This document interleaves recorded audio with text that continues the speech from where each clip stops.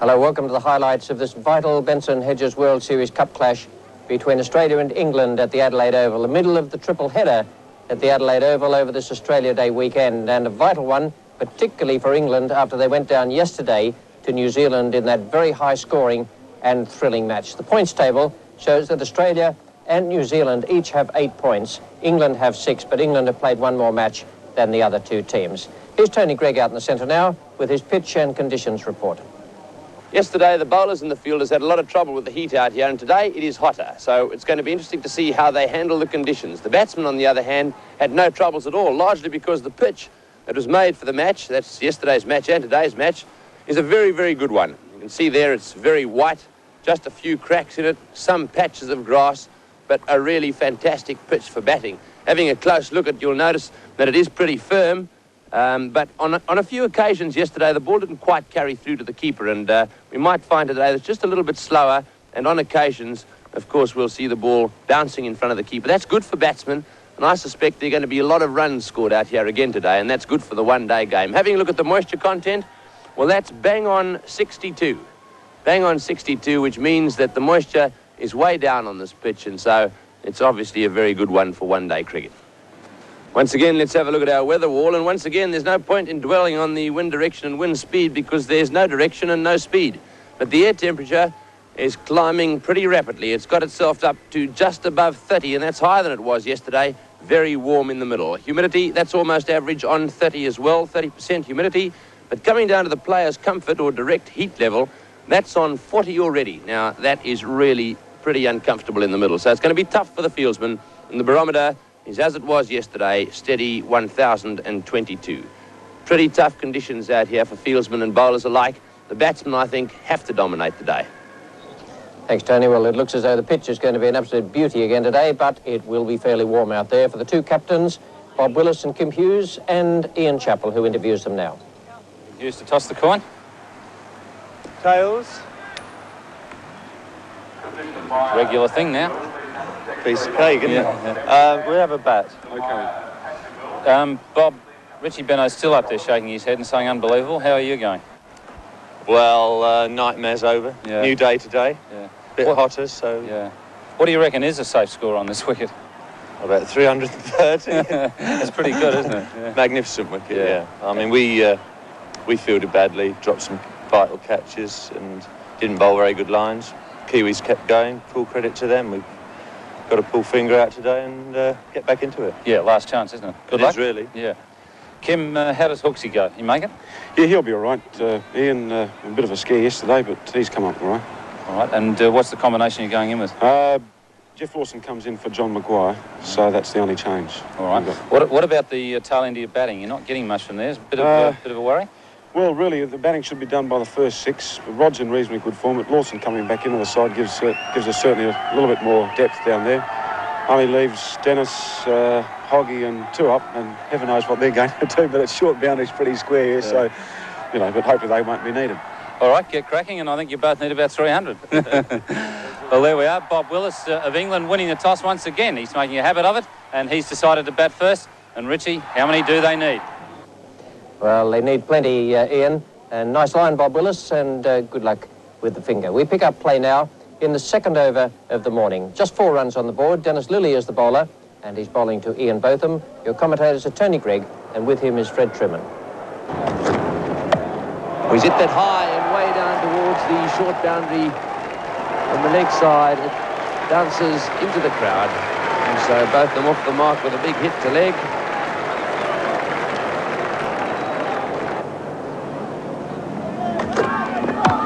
Oh, he's hit that like a rocket. Well, there sure is a man there for the catch. Kepler Wessels nearly got decapitated. Lilly.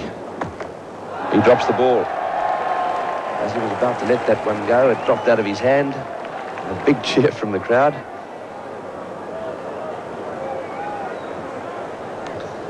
Dennis Lilly with the ball right at the end of his fingers, I would guess.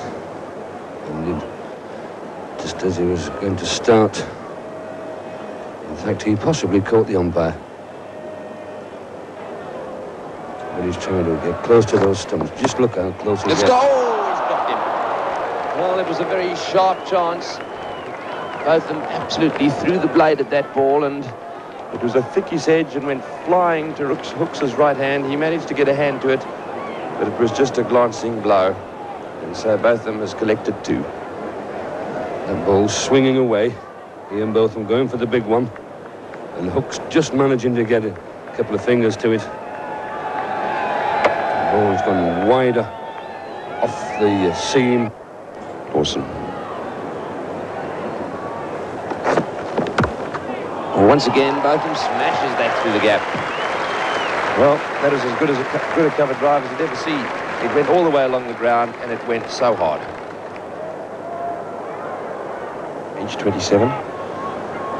He's played in all the matches for England this year. Benson Hedges World Series Cup, scored 182 runs, top score of 65. That was his score yesterday out here against New Zealand, and a batting average of 26. He's been promoted in the batting order to open in these matches, to try to get England off to a slightly quicker start, and certainly working for them today, and did yesterday. He bowled in. That's a beautiful delivery by Lawson, right up in the block hole. That's the best way to answer the sort of cover drive that both of them played off him 2 balls earlier. Right through his defences there with a magnificent hit.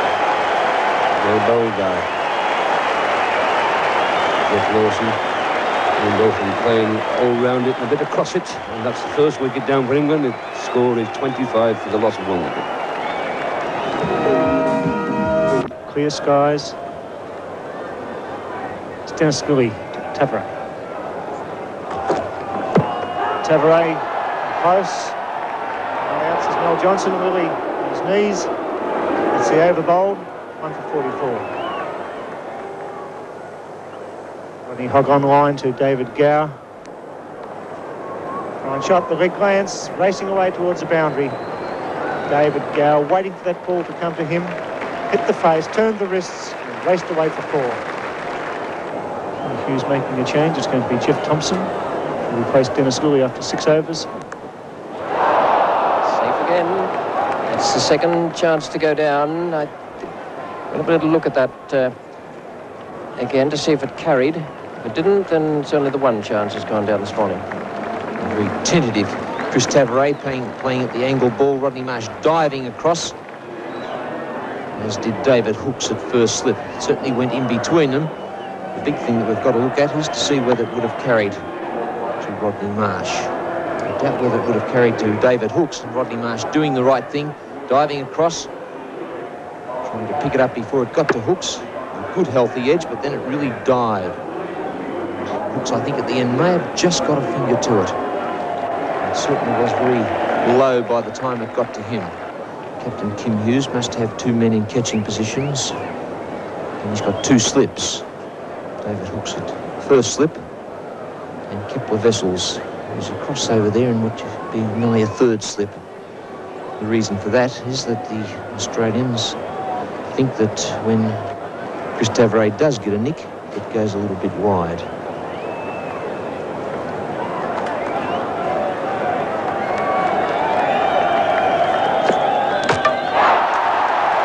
Rodney Hogg has broken through the 2nd wicket. Tavares has gone for 18, 2 for 62. And a sea of flags break out around the Adelaide Oval. On both occasions today, the Australians hitting the stumps. A good delivery from Rodney Hogg. The angle bringing it in through the gap of Chris Tavares. He played across it slightly. He was looking to hit it down to mid-on. Very good ball from Rodney Hogg, and that's the 2nd wicket for Australia. Tavares out-bowled Hogg for 18 and England 2 for 62. 2 for 62 now. Gower is 15.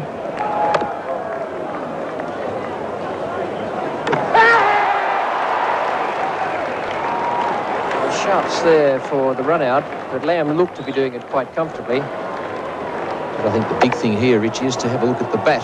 Miguel Lamb put it in rather than slide it in. Very close this it's going to be. You see the bat just beating the throw of Greg Chappell. Yes, another wicket here would be particularly interesting from an Australian viewpoint.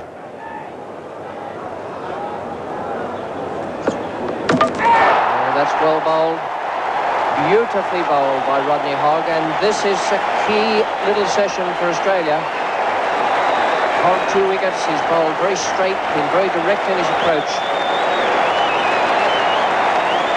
Great effort from Rodney Hogg. He's been tying Alan Lamb down and looking to work it away just for a single. And once again, that middle stump going cartwheeling out of the ground. That's a great breakthrough for Australia. Exit Alan Lamb for 2, and England now 3 for 70 after in 19 overs.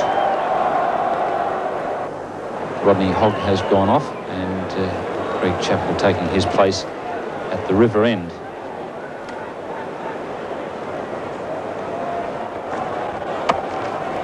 David Gower going over the top.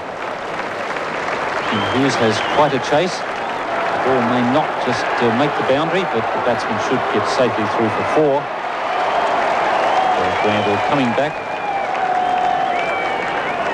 And so there's a 4-all run. Lily to Gower. That's short. He smashed it away into the gap again. And a good effort down there. A diving attempt to save that one by Kepler Wessels. He got a hand on it, but it was too well placed by Gower. And look at Gower now. He's bending over his bat. He's not feeling at all well, I don't think. He's feeling very, very tired. He's very hot. And so is Randall. He's breathing deeply. It's a hard day for batsmen and bowlers out there. A bit of imagination now being shown by Australian skipper Kim Hughes, because he's bringing David Hooks on to bowl.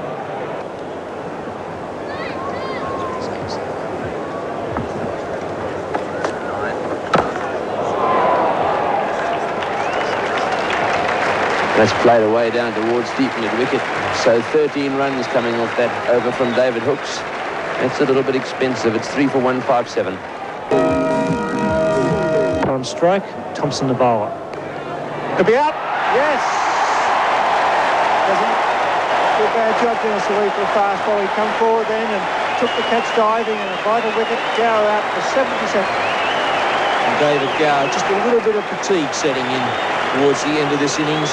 Jeff Thompson, that angle going across Gower, forced him onto the back foot, and a good catch by the big fast bowler. Dennis Lilly lunging forward, just getting it before it got to the ground. David Gower waited to see if Lilly acknowledged that he had caught it. Once he had seen that, he was on his way. But at the end of it, once again, a very good innings coming to an end, I think, Bill, because of a little bit of fatigue setting in. So Gower out for 77, England 4 for 176.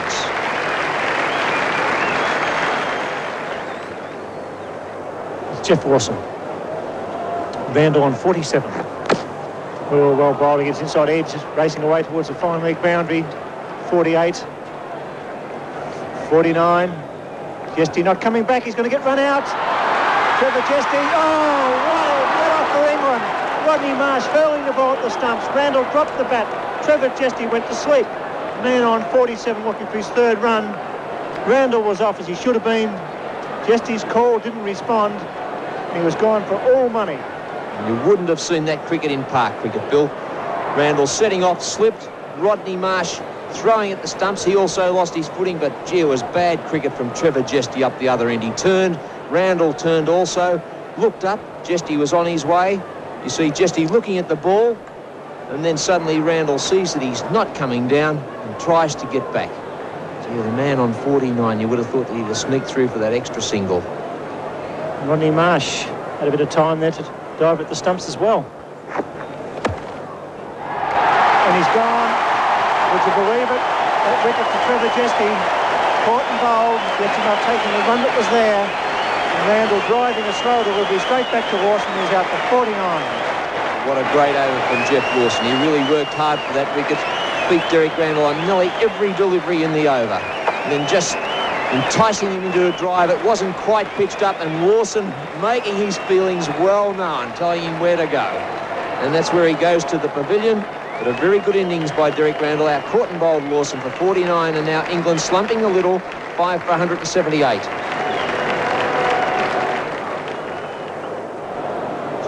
Wicketkeeper Ian Gould joins Trevor Jesty. England 5 for 178. Off the helmet. Reflection off the helmet. Caught helmet. by Marsh. Good decision by Mel Johnson. Never any doubt about that. The Australians went up there. There's the change in the field, and this is taking time. Certainly not a lot of urgency, Bill, about the Australians getting into field positions. Take their time. Got 12 overs to bowl. Just about 36, 37 minutes. Got him? No. Was it a bump ball or was it a catch? Whatever it was, Lawson didn't catch it. I'd say that was a return catch. He made good ground, Jeff Lawson. Yes, it was a desperate Jeff Lawson, Bill. Just having a look, looks as though it may have been spooned back. He was keen to wrap the hands around it. And just searching for it. Where it went afterwards, he didn't know. And yes, it was a catch on the half volley, just spooned back. But a great effort by the big fast bowler getting around. And that would have been another good wicket for Australia. They need wickets at this stage. They're going to be struggling to get through their over rates. Yes, just holding up there, that end. It's twice we saw Randall driving on the up and a little bit of change of pace. But England looking at 250 if they bet sensibly, 188 for 5. 39 overs bowled. They're in good shape. To Gould. Well done. Fine catch. Second one he's taken today. Good athletic effort from Dennis Lilly going across from wide mid-on, almost to behind Jeff Lawson to get rid of Ian Gould. Certainly some life in the old fella yet. Took a good catch earlier on, and this is an even better one. Moving away to his right, and still when he crashed to the ground, able to hang on to the ball. So Lilly catching Gould, and England are now 6 for 200. Fogg to Marks.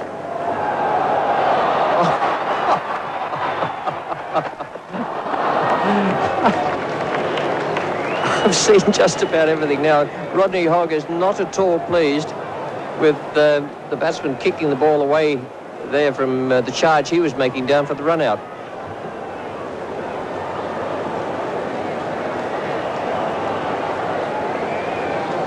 And he would have been run out again.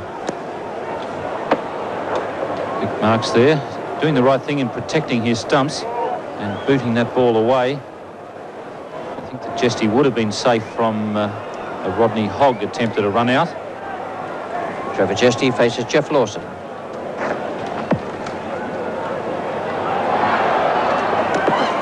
And Lawson did very well to get back to the stumps there. He followed through.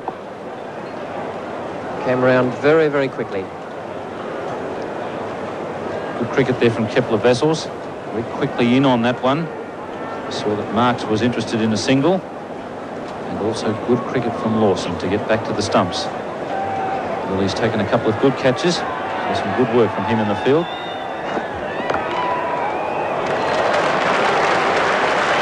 Time Lawson straight. Jesty starting to give himself a little bit of room and eventually getting the ball on the full toss.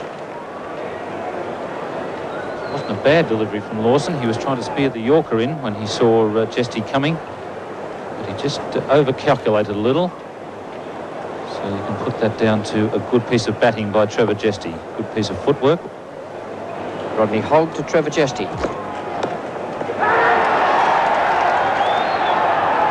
There's a shout there, given not out, by Mel Johnson. Phlegmatic as usual. That one's off the thigh pad. Well taken by Rodney Marsh, but catch.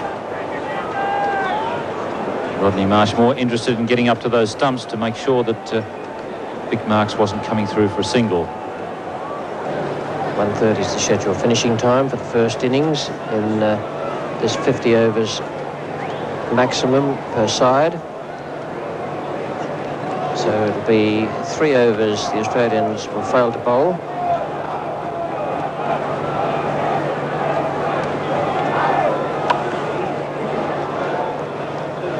Australia will lose $600 in fines for the first over. They haven't bowled, that's the 50th. And $1,200 for the 49th and $1,200 for the 48th. So if they win the match, they'll lose their $3,000 prize money. If they lose the match, they'll lose their $1,500 losing fee. So I'm not sure that that's enough, really. I think they should be made to bowl the 50 overs, in which case they'll have a very short lunchtime. That's the problem with the fielding side.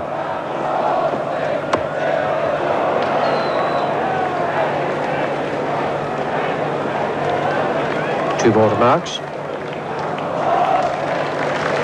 I think the reason they should be made to bowl the 50 overs is because the disadvantage it's going to be for England if they don't bowl the 50. Certainly going to work in favour of Australia. So maybe that's something that the administrators will have to look at.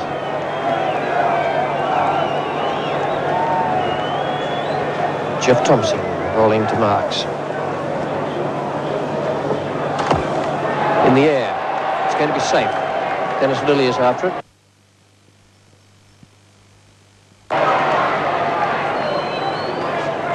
Good running there. The ball only went 3 parts of the way to the boundary, but they picked up 3 runs. 9 from this last over to date. Failing a no ball or a wide, this will be the last ball. 6 for 224 in 47 overs.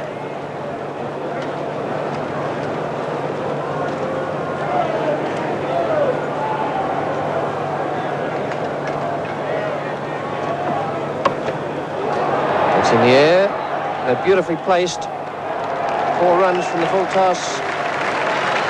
13 came from that last over from Jeff Thompson. Good cricket from Marks and Jesty, 6 for 228. So Australia need 229 to win from 47 overs.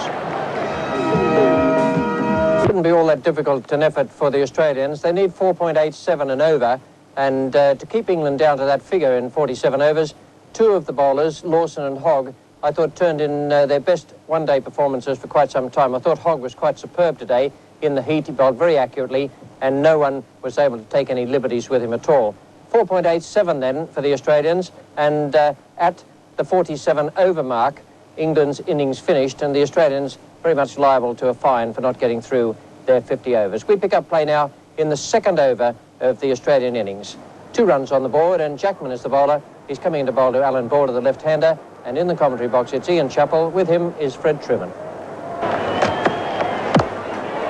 Short, and that's where Border likes them. So Border off the mark for the boundary. Well, here we go again. You can't bowl short to Alan Border. Dyson on 4, Border on 5.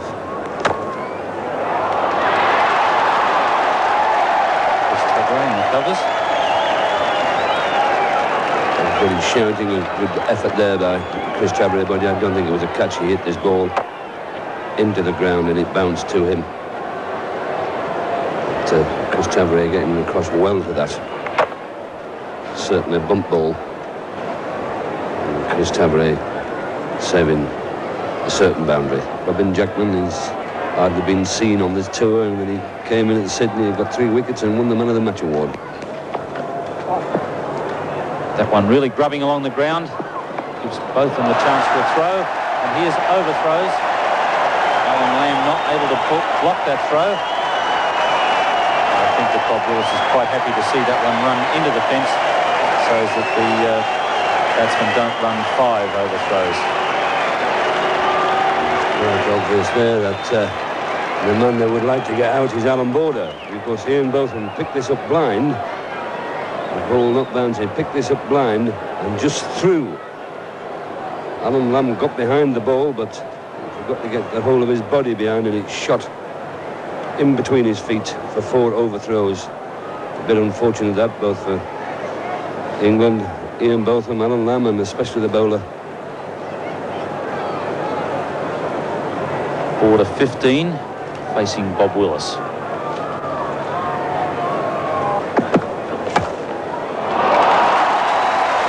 Good shot by Alan Border. He's beat the centre mid opposition, hammered the ball past him for 4.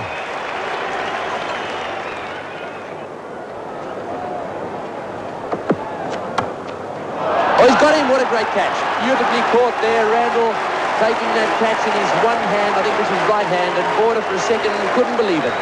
That's a big wicket to us, to England.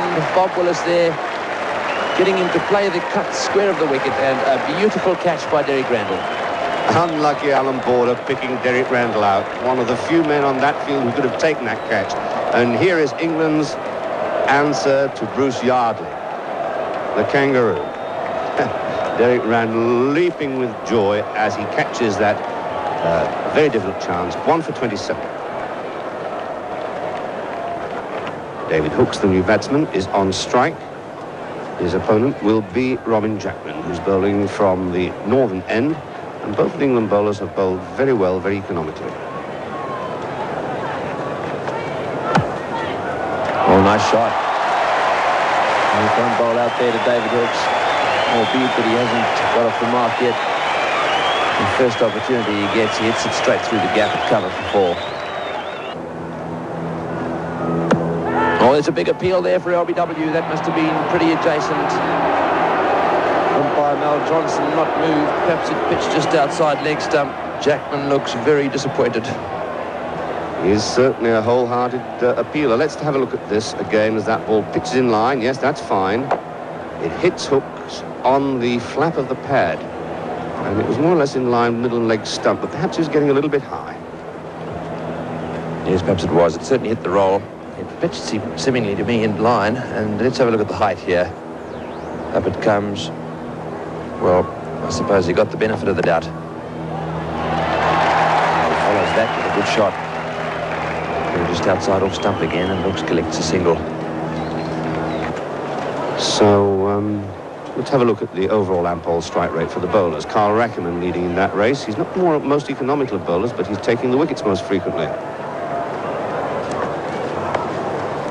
Well played. That was flicked away very nicely by David Hooks. Ball pitched just outside leg stump, and Hooks flicking it away down to fine leg. It's been pulled back there, and they've got themselves 4.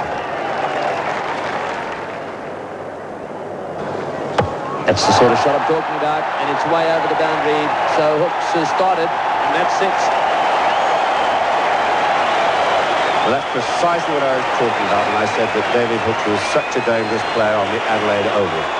With that short boundary over there at mid-wicket, he can take a ball such as this from Ian Botham and just dismiss it from his presence with all the ease in the world. He hardly seemed to hit that, but it soared over the boundary like a bird. Jackman is being persevered with at the northern end. Good shot. And regrettably, or unfortunately for the Australians, that ball went thundering into the stumps down the other end. This is an important bowling change. A lot depends on the way Botham bowls here. Hooks will be looking to get after him, and it's important from England's point of view that Botham is tidy. It's a good shot. That's 4. You just cannot afford to drop short to David Hooks in the Adelaide Oval. Tremendous eye, tremendous timing. Placed it well. And it's Eddie Hemmings to continue.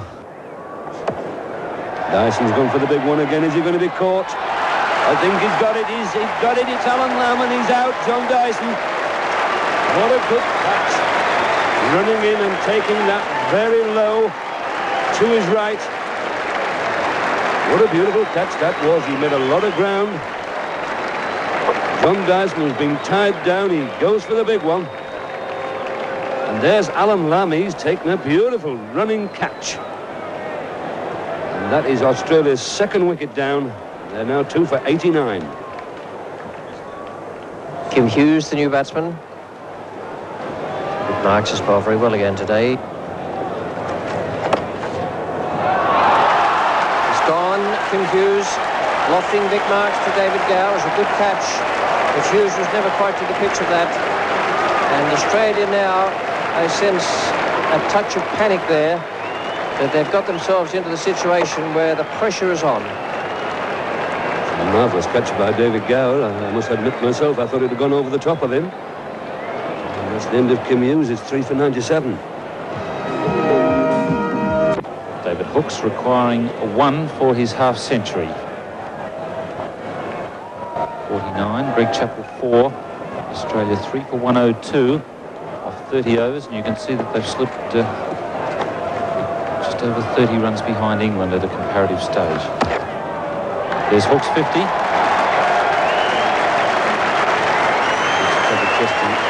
the big fence. And characteristically, Hooks goes to his half-century with a draw-away square cut. And he's played that shot time and time again this innings. Often my heart is coming to my mouth to see Hooks play that stroke, because the arm ball, the ball that comes on, could really restrict him. It could come in and not turn and really cramp him to prevent his playing that square cut. And he has been bowled in the past by the arm ball. But however, his 50's come up off 73 balls in 84 minutes. A very good knock from David Hooks. Hooks going over cover. Good shot. Two bounces, crashes into the fence. 10 runs coming from that over. And Australia 3 for 112. I must admit there is a need for urgency, Ian, because Australia have fallen steadily behind the required run rate to such an extent they now require 7.31 runs per over to win.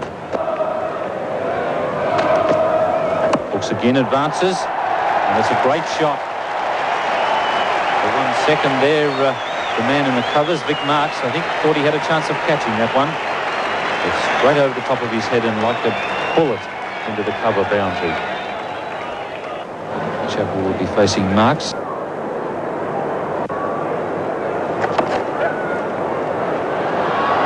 And here's trouble if Gould can hit the wicket, but he can't. Hesitation between Chappell and Hooks. And Gould, his only option was to have a shy at the stumps. There was no one there. And that was a really costly miss, with Chappell trying to give the strike for Hughes to Hooks and Gould advancing. With both of them coming back into the attack, he's not being the most economical of England's bowlers. Probably the reason why you're smiling, Keith. We've really got to try and push along here, Tony. Got wickets up the sleeve. You're going to go down, you might as well go down fighting. But I think Australia's still a fair bet here. Short boundaries, both sides of the wickets.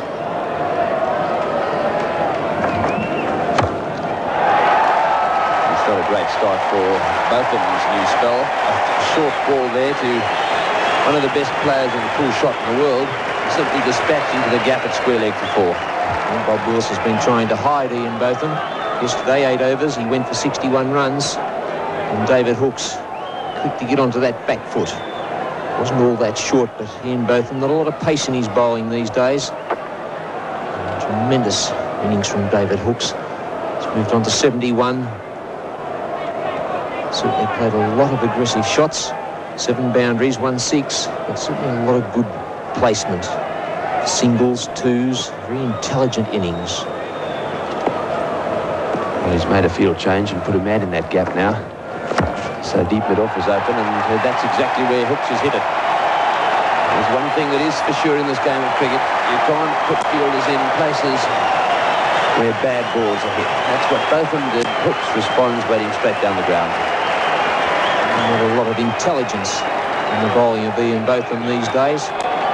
As Jackman moves in now, 2 hooks, and that's played to square leg, and that's the man down the square, and he's got him. He's got him.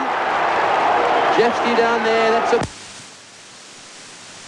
leg, and the catch taken by the man on the deep square leg boundary, who's Trevor Jesty. It was a well-judged catch, that, by Trevor Jesty out there. He was looking into the dark background. The grandstand was the other side of the ground. The full toss. What a way to get out for David Hooks. Such a tremendous innings. Getting the full toss. He hit it out into his favourite area. Not away from Trevor Jesty. A very good catch and a great breakthrough for England. Just the wicket and the man they wanted to get rid of. And this game is really alive now with Australia 4 for 149. 3 for 149. Rod Marsh out at the crease.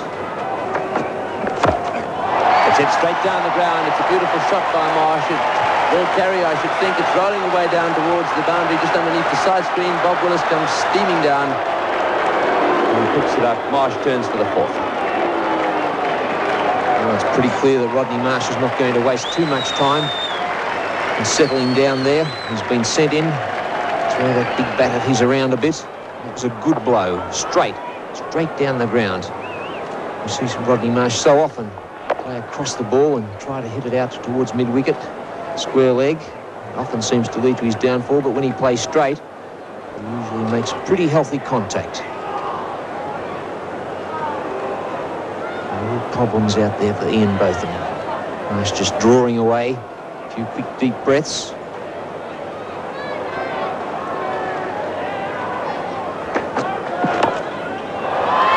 And just short of the man in at mid-wicket.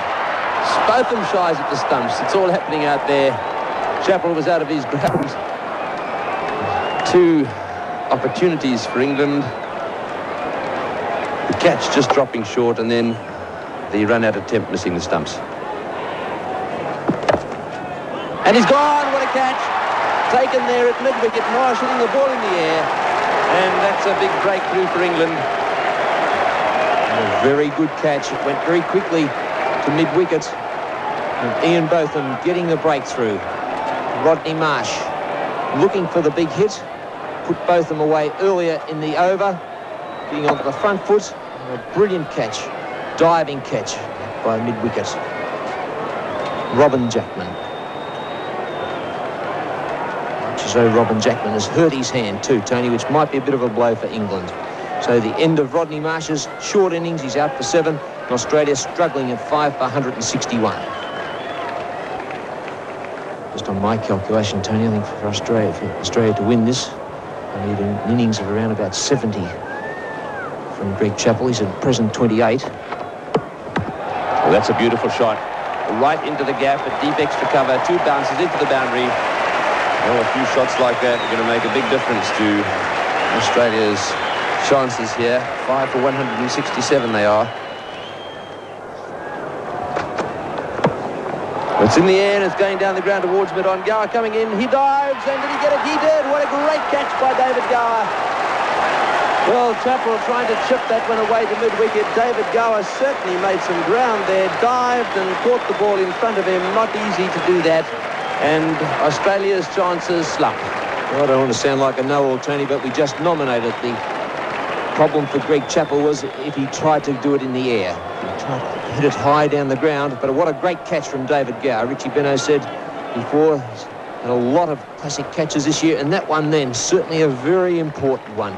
Very difficult to dive forward for the catch, and an elated David Gower. And Robin Jackman once again getting that breakthrough for England. And Greg Chappell back to the pavilion for 33, and now Australia 6 for 167. To Lawson. It's well hit. It's a big hit. 6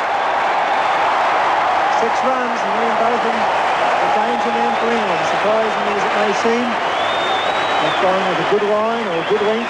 Lawson, a big hitter, picked it up and whipped it over square leg for 6. The crowd rise to their feet. Bessel's the last of the remaining recognised batsmen. He's got him! Botham gets through as he tries to whip that through mid-wicket. Rejected Pitbull Bessel's leads, and possibly so does Australia's hope for this match. Yes, I think that is it. The last remaining batsman of quality in the Australian side. The rest are tail-enders, and once again, it is that position round about middle and leg stump, and Botham has bowled Kepler Wessels in very, very clever fashion. 7 for 189. Last ball of the innings. Australia require 19, and victory for England. Tomorrow, Australia versus New Zealand, and all points will be even. Swing by Thompson, and it's 4, but a great victory for England. Well-deserved one. Defended 228, and they win easily in the final analysis. Well done, Bob Willis. Tremendous performance by him and his team. Both of them there slapping on the back, and rightly so. I'm afraid the slowness at the top put tremendous pressure on the rest of the Australian batsmen there. Johnny Dyson took 60 balls to make those 17, and by the time the second wicket fell, that was Dyson, 26 overs had gone. David Hookes, 76, played extremely well for Australia, and Greg Chappell made 33 from 36 deliveries faced, and Lawson hit 28 from 24 balls. But the English bowlers had them contained pretty well throughout the innings. The spinners did a great job keeping the Australian batsmen down to 4 and over. Hemmings and Marks, fine effort that. And Willis and Jackman, I thought, bowled very well indeed. Jackman in particular again today kept the batsmen tied down with accurate bowling and movement off the seam. So, a victory by 14 runs for England, and the presentation now of the two captains and Tony Greig. Thank you, Richie. Well, once again, I have $5,000 made available by the Australian board out of their Benson Hedges fund, and $3,000 goes to Bob Willis.